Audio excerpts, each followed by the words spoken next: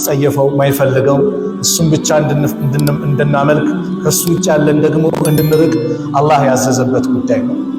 ሲቀጥል ደግሞ የእናትና የአባትን ሐቅ አላህ አመጣ። እናት አባት ሐቃቸው ከቁርአን ላይ በጣም በተጠቀሰው ከሱ ሐቅ ቀጥሎ አላህ በብዙ ቦታ የገለጸው የእናት የአባት ሐቅ እንደ ኢስላም ያብራራው የገለጸው የለም። ወላሂ እናት ትልቅ ቦታ አላት፣ አባት ትልቅ ቦታ አለው። ከጎረቤት ከጎረቤቶቹ፣ ማህበረሰብ ከማህበረሰቡ፣ ንግድ ለሆነ የንግድ ሐቅ እንዴት ነው የምወጣው? ሁሉንም የተው ነገር የለም። ዛሬ በአላህ ፍቃድ ደግሞ እስቲውኛው እርስ በራሳችን ያለን ሐቅስ ምንድነው? ነብዩ ሰለላሁ ዐለይሂ ወሰለም በአንድ ሐዲስ ምን አሉ? ሐቁል ሙስሊሚ ዐለል ሙስሊም ሲታ፣ አንድ ሙስሊም በአንድ ሙስሊም ላይ ያለበት ሐቅ 6 ነው ብለው ከተናገሩት መካከል የተወሰነ ምናየው። ከዛ መካከል እንግዲህ የሁል ጊዜ ስራችን የሆነውን በመጀመሪያ ጊዜ ገለጹት። ወንድምህን ስታገኘው ሰላምታ ልታቀርብለት ነው። ያ አላህ፣ ይህ ሰላምታ ልታቀርብለት የተባለው ትምህርት ነብዩ የሰጡት የተናገሩት የጀነት ሰላምታ ሰላም አለይኩም መባባል ነው። ስትገናኝ ሃይ ፒስ ነው ሰላም ነው እንዳትል ምን በል አሰላሙ አለይኩም ልትል። ለምን? ዓለም አቀፍ ኮድህ ነው፣ መገናኛህ ነው። ቻይና ብትሄድ፣ ጃፓን ብትሄድ፣ የሆነ አውሮፓ ሀገር ብትሄድ ስትገባ መስጊድ ምን ብለህ ትገባለህ? አሰላሙ አለይኩም ነው የምትለው። የኛ ሀገር ሰው አይደለም ወአለይኩም ሰላም አንልም አይለውም። ለምን? ኢስላም ነው ያዘዛቸው። መገናኛህ ነው፣ ሰላም አለይኩም መባባል ነው። የአንድ ሙስሊም ሐቅ ነው። ስታገኘው ወንድምን ሰላም አለይኩም ማለት። በአንድ ሐዲስ የአላህ መልእክተኛ ምን አሉ? አንዱ ሰሃባ ጠየቃቸው፣ አዩል ኢስላሚ ኸይረን፣ በእስልምና ውስጥ ምርጥ የሚባል ነገር ምንድን ነው አላቸው። ተጥዒሙ ጣዓም፣ ምግብን ልታበላ ነው። ወተቅረኡ ሰላም አላ መን ዐረፍተ ወመን ለም ተዕሪፍ፣ ሰላምታን ልታቀርብ ነው፣ ለምታውቀው ለማታውቀው ሙስሊም እስከሆነ ድረስ ሰላም አለይኩም ልትባባል ነው። ይሄ የጀነት ሰላምታ ነው። ጀነት ውስጥ ሰላምታችን ይሄ ነው። ኢንተርናሽናል ሰላምታ አለ ቢባል ወላሂ ከዚህ ውጭ የለም።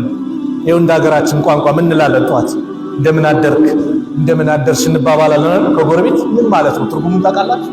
ማታ ሚስቱን እየደበደበ ካደረ፣ ኸምር እየጠጣ ካደረ፣ በመጥፎ ሁኔታም ካደረ እንደምን አደርክ ስትለው ማታ ያደርኩት እንዴት ነው? ለካ ኸምር እየጠጣው ነው፣ ለካ ሚስቴን እየደበደብኩ ነው። በሽታ ነው የምትቀሰቀስበት። በጥሩ ሚደር በመጥፎ ሚደር ያንን ነው የምታስታውሰው። ኢስላም ጋር ስትመጣስ አሰላሙ አለይኩም ያለፈው አልፏል።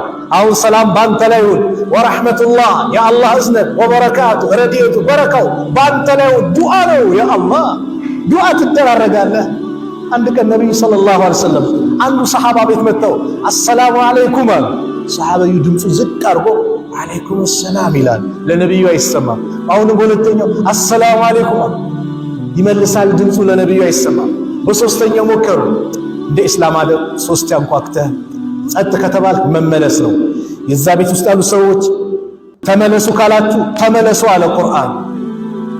ለምንድን ነው እዚህ ቤት ሰው የለም ተብሎ አይገባም። አደብ ነው አይደለም፣ በቃ መመለስ ነው። ነብዩ ሲመለሱ የተደበቀው ሰሃባ ወጣ። ያ ረሱላህ አለው እኮ አላቸው። ታዲያ ሰላምታ ሳቀርብ እየመለስኩ ነበር፣ ከእርሱ አንደበት የሚወጣው ዱዓ እንዲደጋገምብኝ ስልፈልጌ ነው። ዱዓ ነው ወላሂ። አሰላሙ አለይኩም ሰላም ባንተ ላይ ወራህመቱላህ የአላህ እዝነት ወበረካቱ በረካው ረድኤቱ ባንተ ላይ ይሁን። ወንድምስ ምን ይላል? ወአለይኩም ሰላም ወራህመቱላህ ወበረካቱ። ደግሞ ሐሰና አለው። አሰላሙ አለይኩም ስትል 10 አለ፣ ወራህመቱላህ ካልክ 20፣ ወበረካቱ ካልክ 30 ይሆናል። ሱብሃንአላህ። አሰላሙ አለይኩም ስትል 10 ሐሰና፣ ወራህመቱላህ 20፣ ወበረካቱስ 30። በቀን 20 ወንድሞችህን ወንድሜ እህቴም አንቺ በቀን 20 እህቶችሽን አሰላሙ አለይኩም ወራህመቱላሂ ወበረካቱ ካላችሁ ስንት ይመጣል? ነጋዴዎች ስንት ይመጣል? 600 እንደው በአላህ $600 ይሰጣል ቢባል ለሰላምታው አንገዳደል። ወለል አኺረቱ ኸይሩን ለከ ሚነል ኡላ። አኺራ ታዲያ በዶላር ሊመጣጠር ነው እንዴ? በሪያል በኢሮ ምናምን ሊመጣጠር ነው? ላ ምንደው አኺራ ሐሰናው ተጠራቅሞ ይመጣል። እኛ እንደ ቀላል ምናየው አላህ ዘንድ ትልቅ ምንዳ ነው። ስለዚህ ስንገናኝ ይህ ውበታችን አንድነታችን የሚገለጽበት ጀነት ምንገባበት ነው።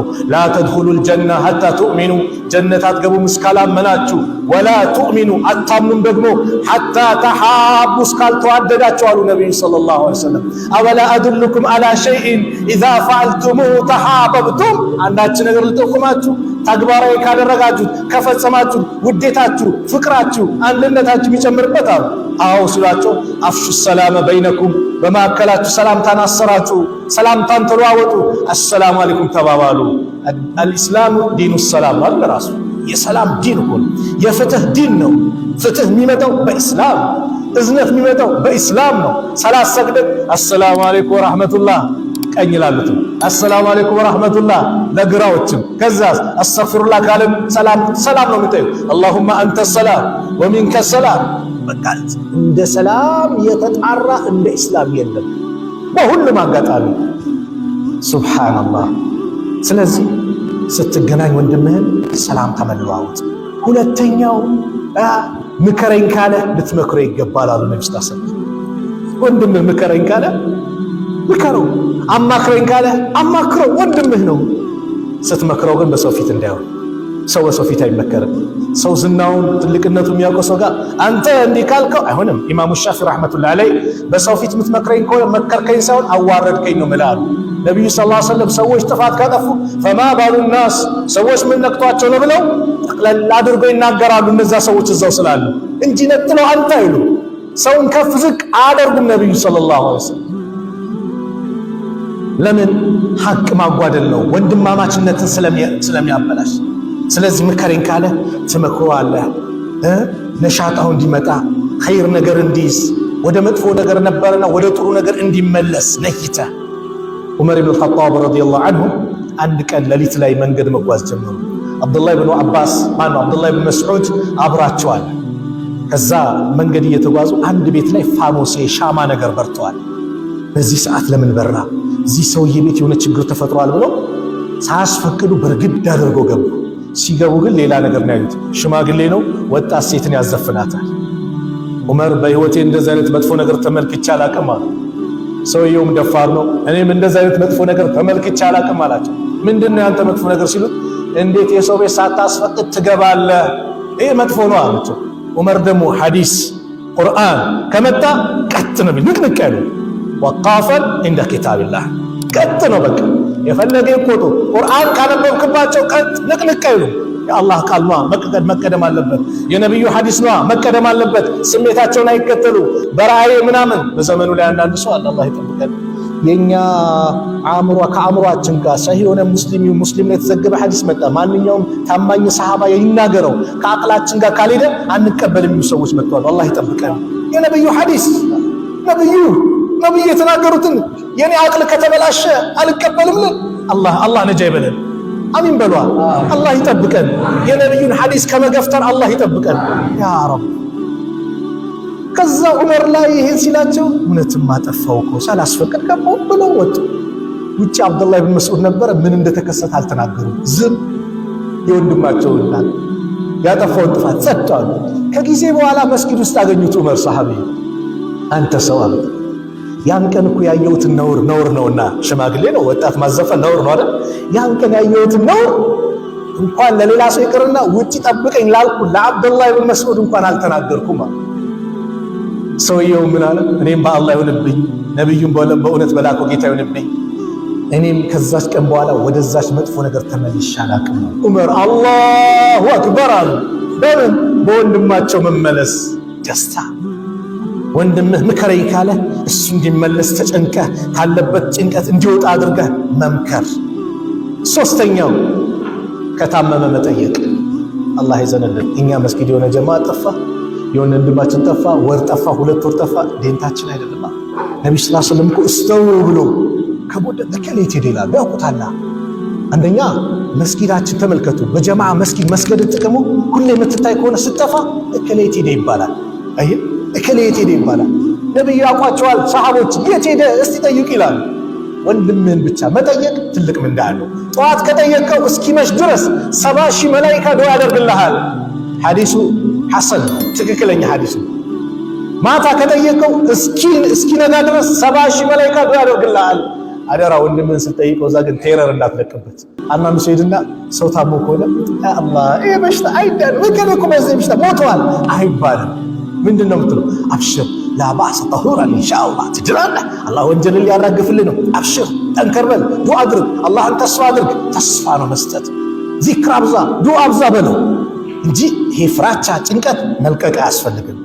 ወንድም ሐቅ ስለሆነ ጥሪ ከጠራ ጥሪውን አክብረህ ሄዳል። ሌላኛው ሐቅ ወንድም ጠራ ሽሮ ሰርቶ ይጠራኛል እንዳትል፣ ስለወደደ ስላከበረህ ነው። ና ወንድሜ ትንሽ ምትቀመስ አዘጋጅቻለሁ ና አላለ ሂድለት፣ የደስታው ተካፋይ ይሁን። አንዳንዴ ደግሞ አዲስ ይመጣል ማለት ቤት ይከራያል ምን ይላል ያቃቸው ሙስሊም ወንድሞችን ብሎ ሰርግ ያዘጋጃል። ሰው የለው ማለት ነው። አረ ወንድሜ ነው አሙክለታ ዲኮር ስራለት ቤቱ ላይ በቃ ወንድሞች አሉኝ ይበል። ይሄ ነው እስልምና። ጥሪ ከጠራ ጥሪው ላይ መጥፎ ነገር እስከሌለ ድረስ እሺ ይበል። እንዳትንቅ ካልተመቻ አስቀድመ ሐቢቢ በዚህ ሰዓት እንዲህ ፕሮግራም ይጂ አልተመቸኝም እኮ አፉ በለኝ ብለህ መንገር እንጂ ምን ያመጣል ከሪ እንዳት። ነብዩ ማንንም ሲጠራቸው ወላሂ ሄዳሉ ሰለላሁ ዐለይሂ ወሰለም።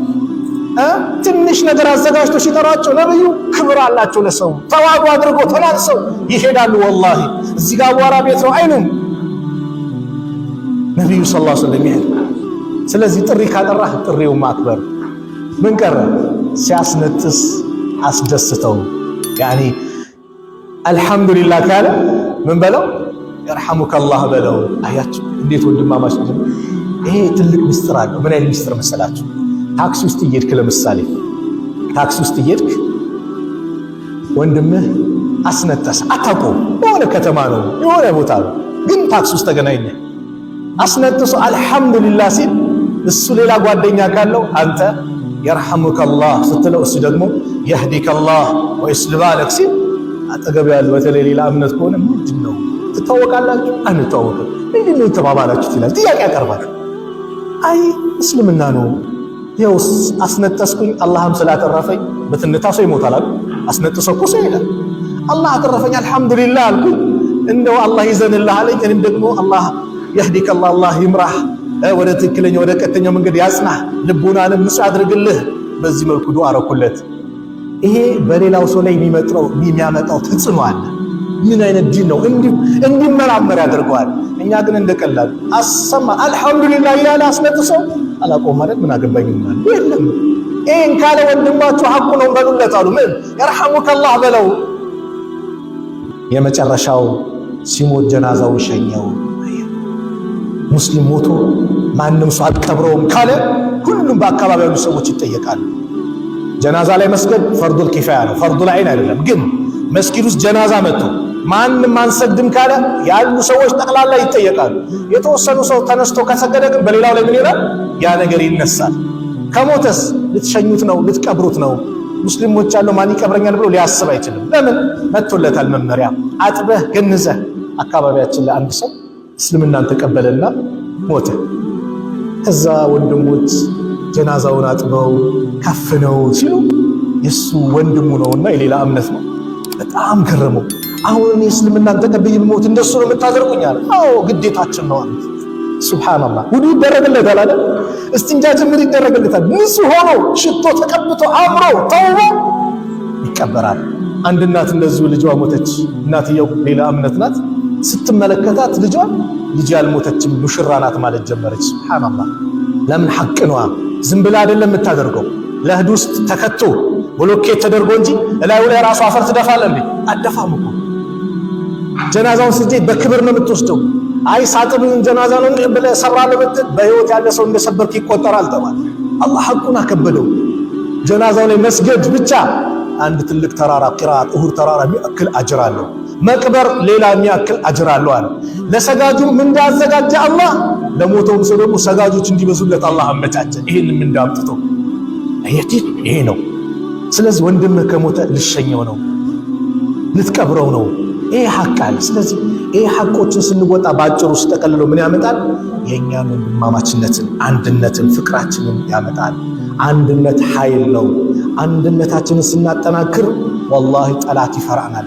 አንድነታችን ከላላ ግን ጠላት መግቢያ በር ያገኛል። እንደፈለገ ይጫወትብናል። አንድነት ትልቅ ቦታ አለው በኢስላም። ነብዩ የለፉለት የደከሙለት ነው።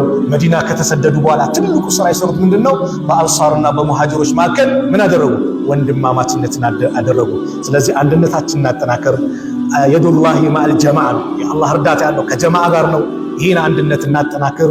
በመጣሁበት እናንተ ወንድሞቼን በጣም መወዳችሁ ወንድሞቼን ላስታውስ ብዬ ነው። ጥሩ ከተናገርኩኝ ከአላህ ነው፣ ከተሳሳትኩኝ ከነፍሴና እዚህ የተከበረው ቤት በዚህ መልኩ እንደሰበሰበን ነገም ጀነተል ፊርደውስ እንደዚህ ሰብስበን መጨረሻችን አላህ ያሳምርልን። መጨረሻችን አላህ ያሳምርልን። አንድነታችን አላህ ያሳምርልን። ውዴታችን ለሱ ብለን የምንዋደድ አላህ ያድርገን። ለሱ ብለን የምንተዛዘን አላህ ያድርገን። ለሱ ብለን የምንዘያየር አላህ ያድርገን። የሁላችንን መጨረሻ ያማረ አላህ ያድርግልን። ያማረ አላህ ያድርግልን። ያ ረብ አንድነታችን አላህ ያጠናክርልን። ሀገራችንን ሰላም አላህ ያድርግልን። ሰላም አላህ ያድርግልን። ያ ረብ ፊሊስጤም ያሉት ወንድሞቻችን አላህ ይድረስላቸው። ጋዛ ላይ ያሉትን አላህ ይድረስላቸው። ዛሬ ህፃናት እያለቁ ነው። የአላህ አላህ ይድረስላቸው። አላህ ይድረስላቸው። የበፊቱ ፊራውን ወንዱን ብቻ ነበር የሚገለው። የዘመኑ ፊራውን ደግሞ ሴት አይል ወንድ አይል ሁሉንም እየጨረሰ ነው። ያ ረብ ቁድራውን ኃያልነቱን አላህ በእነዚህ አይነት አረመኔዎች አላህ ያሳየን። አላህ ያሳየን። ቤተል መቅዲስን አላህ ነፃ አላህ ያውጣው። ነፃ አላህ ያውጣው። በወንድሞቻችን እጅ አላህ ያስገባው። ከኛ መካከል ጭንቀት ያለን ከጭንቀት አላህ ይገላግለው። ትዳር የሌለውን አላህ ትዳር ይለግሰው። ለሴቶቻችን ሷሊ ባል አላህ ይለግሳቸው።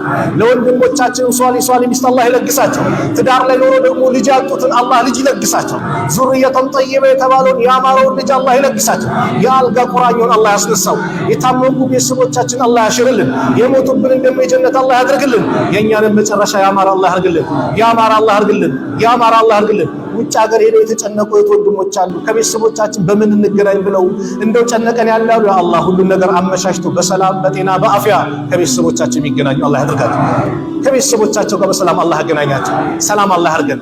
ሰላም አላህ ያድርገን። ለዲናችን የምንለፋ አላህ ያድርገን። ለዲናችን የምንለፋ አላህ ያድርገን። ለኢስላም የምንለፋ አላህ ያድርገን። በሰራነው ኸይር ስራ ደግሞ ነገ የውመል ቂያማ ትልቅ ምንዳ የምናገኝ አላህ ያድርገን። አባቶቻችንን አላህ ያቆይልን። ዓሊሞቻችንን አላህ ያቆይልን። ወላጆቻችንን ከጥሩ ከአፊያ ጋር ከጤና ጋር እድሜያቸውን አላህ ያርዝምልን። እናቶቻችንን ከአፊያ ጋር ከመልካም ስራ ጋር እድሜያቸውን አላህ ያርዝምልን። የሞቱብንን የጀነት አላህ ይበላቸው። ረበና አቲና ፊ ዱንያ ሐሰና ወፊል አኺረቲ ሐሰነተ ወቂና አዛበን ናር። ወሰለላሁ ዐላ ነቢይና ሙሐመድ ወዐላ አሊሂ ወሰሕቢሂ ወሰለም ወአኺሩ ዳዕዋና አኒል ሐምዱሊላሂ ረቢል ዓለሚን። ወሰላሙ ዐለይኩም ወረሕመቱላሂ ወበረካቱሁ።